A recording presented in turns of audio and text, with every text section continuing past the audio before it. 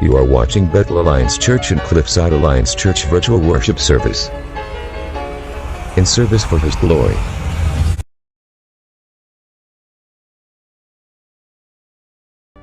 The evening meal was being served, and the devil had already prompted Judas Iscariot, son of Simon, to betray Jesus.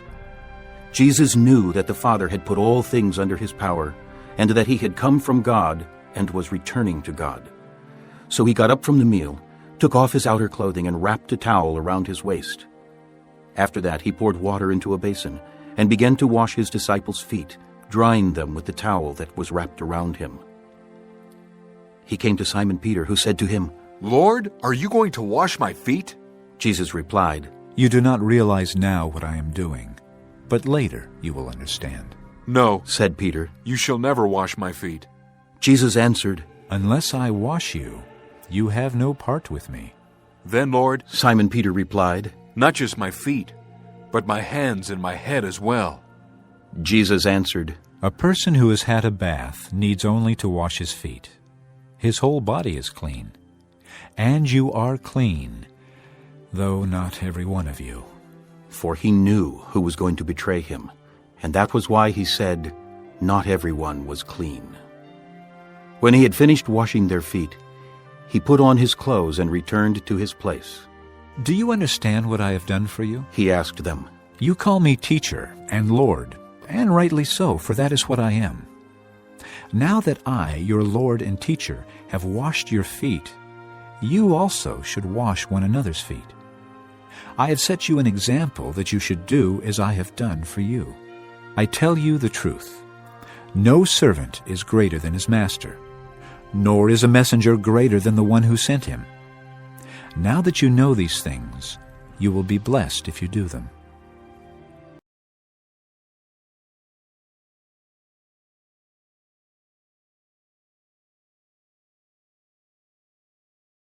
Let's pray. Dear Lord, we thank you, O God, for another opportunity, another time, O God, na binigay sa amin to ponder your word. Lord, bless our hearts, our minds, O God, na aming ma-digest at aming ma-apply, O God, na aming matutunan from your word today. Be with us and glorify Christ. As batang 90s, sa mga batang 90s, di ba?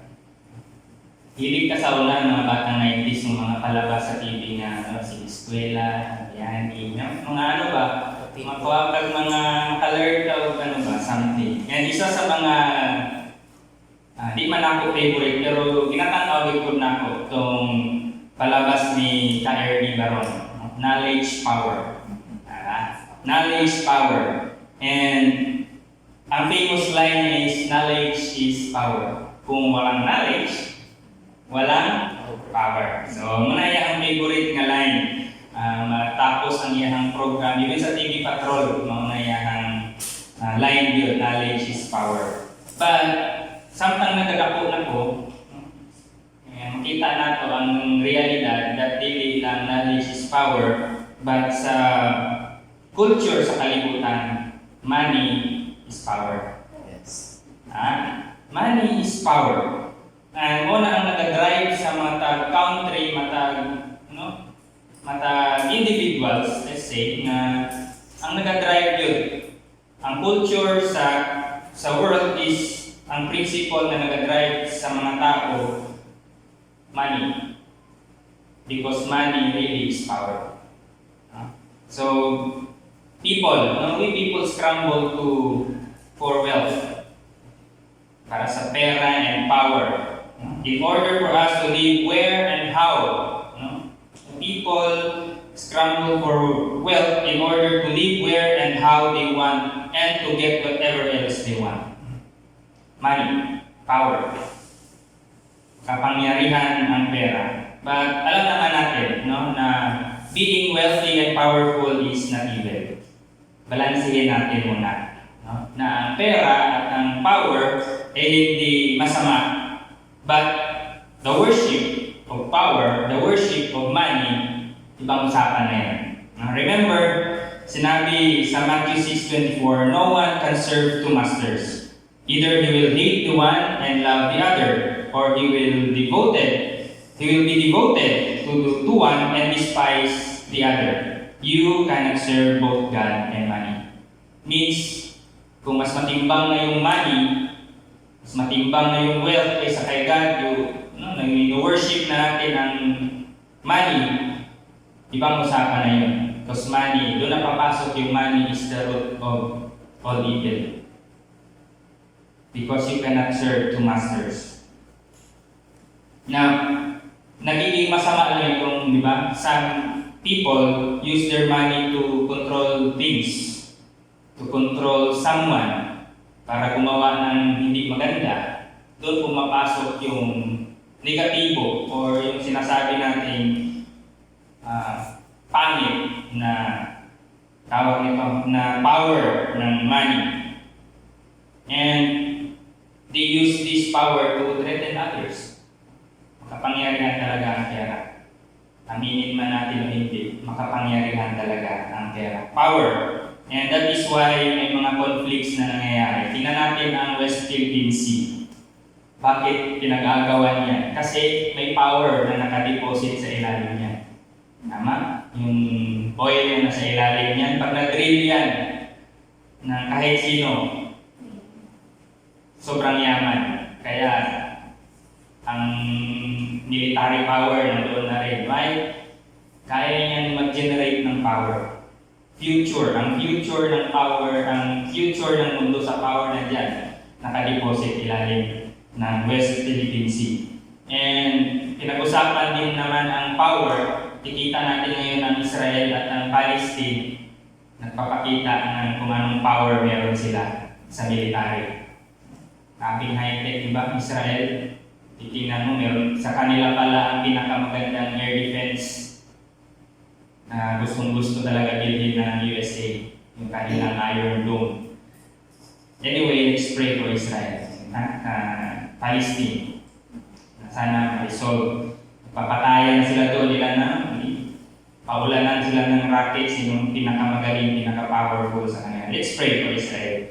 Now, in a world, sa mundo na may culture na nag-worship ng money or ng power, you know what? Believers in Jesus Christ are in danger of doing the same. Pwede, nanganganib din that even mga believers in Jesus Christ, pwedeng mag-worship, ma-influence ng worship sa money. Bakit? Culture yun. Doon tayo galing before pa tayo naging Christian. Before na-open ang ating mind sa mga word na ito ni God. Galing na tayo rin. And lahat tayo naging part sa pag-worship ng wealth, ng money, ng power. But in the passage natin binasa, Jesus shows us the right use of power. Pinakita niya dito kung paano dapat ginagamit ang power. And power ay dapat ginagamit for service. The power of service. Now in John 13, 2-17, binasa natin kanina, Jesus possessed all power, but he used it to serve others. Verse 3, mababasa natin, verse 3 pa lang, Jesus knew that the Father had put all things under His power, and that had come from God and He was returning to that. Very clear that walang power na hindi nasa kamay ni Jesus. Jesus knew that the Father had put all things under His power. So all power, lahat ng authority and power, nasa possession ni Jesus. But He used it to serve others. Now, sa upper room, sa story na yun, sa verse 13, sinabi pa dito that in the upper room, He was called teacher and Lord. Siya ang master. Siya ang pinakamakapangyarihan. But sa verse 13, sinabi pa dito, you call me teacher and Lord, and rightly so, for that is what I am. Alam niya na siya talaga ang master and Lord. But during this time, sa upper room, He was the only servant na nandun. Why? Hinugasan niya ang mga paa ng kanyang mga disciples. Service. Sa kanya ang lahat ng power. Alam niya yun. At alam ng lahat na nandoon. Pero anong ginawa niya? Hinugasan niya ang mga paa ng kanyang mga disciples. And kung makikita natin, bakit niya kaya ginawa yun? sa record ni Luke, sa the same na event, sa Luke 22:24, may nirecord si Luke dito. And sabi dito, also a dispute arose among them as to which of them was considered to be greatest. Ibig sabihin, tapos ng kanilang hapunan, nag-argue sila. No? Luke notes that when the disciples entered the room, they were arguing about who among them would be greatest in the kingdom of heaven.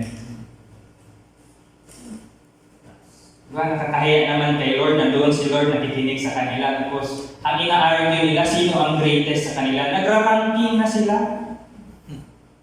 sa record ni Luke. And then, dito sa ating binasa na passage, anong ginawa ni Jesus? Tinanggal niya yung kanyang outer garment, naglagay ng towel as if na isang servant, at hinugasan ang paa ng kanyang mga disciples. Ngayon, si Peter, nabasa din natin na nag-protest si Peter, Lord, huwag mo hugasan ang paa ko. Peter, kung hindi ko to gagawin, hindi ko hinugasan ang paa mo, wala kang part sa akin. Aba, gusto pa rin ni Peter maglamang, hindi paliguan mo ako, Lord. Nagra-ranking sila. Mas gusto niya talagang umangat. Diba? So kung yan man lang pala para may part ako, huwag mo lang hugasan pa ako, buong katawan, paliguan. Abusado rin. Bakit? Gusto niya maging greatest din. Nagra-ranking sila. But, no? So Jesus showed them what it is like to be great in the kingdom of heaven. Service. Serve. Hinugasan niya ang paa ng kanyang mga disciples sa upper room. And pati ang paa ng kanyang betrayer na si Judas.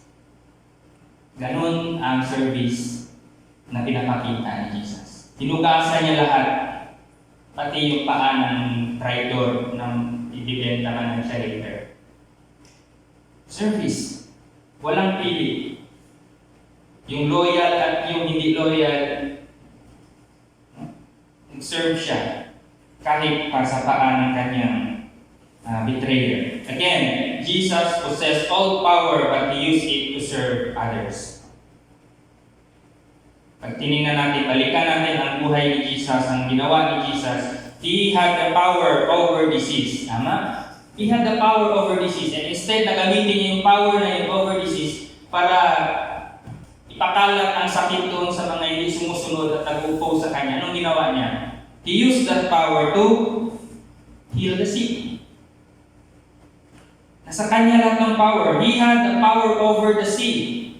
Diba? Yung pinakalma niya ang storm, ang waves, nung na-stuck ang kanyang mga disciples doon sa gitna.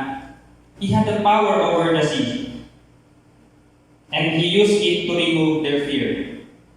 Tama? Imbis na takutin niya, nasa akin ang kapangyarihan ng bagyo, babagyuhin ko kayo pag hindi kayo nagsunod sa akin. No. Instead na i-threaten niya ang mga tao, He used it to remove their fear. He had all the power. He had the power to create many things. He is the co-creator sa Genesis. And yet, He used it to feed thousands. He had the power over sin. Tama. May power siya over sin. Hindi siya kayang hawakan ng sin. He had the power over sin. And yet, He forgave sinners. He had the power over His own life.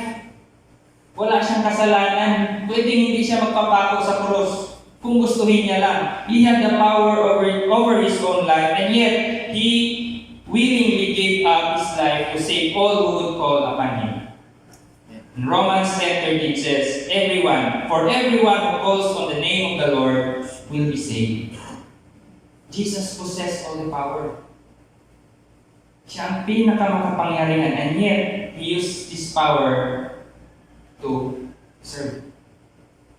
To serve people, to serve kahit yung kanyang betrayer. Hinugasan niya ang paa ng kanyang betrayer. Again, Jesus possessed all power, but He used it to serve you and me. The same Jesus na nagsiserve sa kanila dati, it's the same Jesus na nagsiserve para sa iyo at para sa akin. He also challenged us to do the same. Hindi niya lang ginawa, but pinakita niya rin at challenge niya tayo to really do service. Sabi niya sa verse 15, I have set you an example that you should do as I have done for you. Andun yung challenge niya. Nag-set ako ng example para gawin niyo rin kung anong ginawa ko. Ang tanong, kaya ba natin accept ang challenge niya? With all our wealth and all our resources and all our gifts, kaya ba natin i-accept? Puso ngayon ang mga challenge sa Facebook, sa TikTok. May maganda, may masaya, may masagwa na, malaswa na minsan, di ba? Kung ano-anong challenge lang meron. But here, also Jesus is challenging us to do the same. Service. Lahat tayo mayroong power, lahat tayo mayroong gift. Ang tanong, would you use your God-given gifts for the sake of service? Lahat tayo may gift. Some of us are blessed with gifts of teaching. Ang iba sa atin, preaching. Ang iba sa atin, prophecies. Speaking in tongues and interpreting the tongues. Dapat may gift sa atin ng tongues, dapat meron din interpreter. Or else useless. Others by music and singing. Power natin yun, binigay sa atin yung nag-gift. Others by generosity and giving. May gift talaga ng giving, generosity. Kahit anong gawin mo. Bigay ng bigay. Others with leadership and wisdom. Others are blessed with wealth and possessions. And positions. May possessions na, may positions pa. And others with influence. Ano ang gift mo? Ano ang power meron ka? Would you use it for the sake or for service? Amen ba? Okay. Kailangan natin gawin or ating gayahin kung anong ginawa ni Jesus. Sir, sabi nga ng paborito kong Avenger, kasi nung mahilig sa sa superheroes. Since child, paborito ko na yung friendly neighborhood. Sabi niya, or uncle niya, nagsabi sa kanya, yun yung principle, lagi niyang binabalik, no, that with great power comes greater responsibility. Sabi ni Uncle Ben. Yun ang laging binabalik-balik ni Peter Parker, or mas kilala natin sa tawag na Spider-Man. With great power comes great responsibility. And bakit yun sinabi sa kanya ng kanyang uncle? Because with any accumulation of wealth, respect, or influence, one is in a position to use those resources to either benefit the society as a whole or benefit themselves at the expense of others. The greater power, the greater responsibility. Ganon din sa atin, mas binibless ka ni God. Kanyang gifts, ano man ang gifts natin, let's use it for His glory, for His service. Amen. Instead of using those God-given gifts for selfish needs, use it to serve others, as if you are serving God, as for the Lord. And now sa ating conclusion, no? When we are involved in serving and meeting each other's needs, we are imitating the Lord in thoughts, in words, and deeds. Christ-likeness. Service. Makagaya tayo doon sa mga disciples na nagpapasikatan na sino ang nasa top rank, sino yung, diba? And then finally si Jesus pinakita sa kanila. Service. When we are involved in serving and meeting each other's needs, we are imitating the Lord in thoughts, in words, and in action, or in deeds. The more we serve Christ, the less we serve self. Yet, the more we serve Christ, the less we serve self. Amen? To God be the glory. Good morning.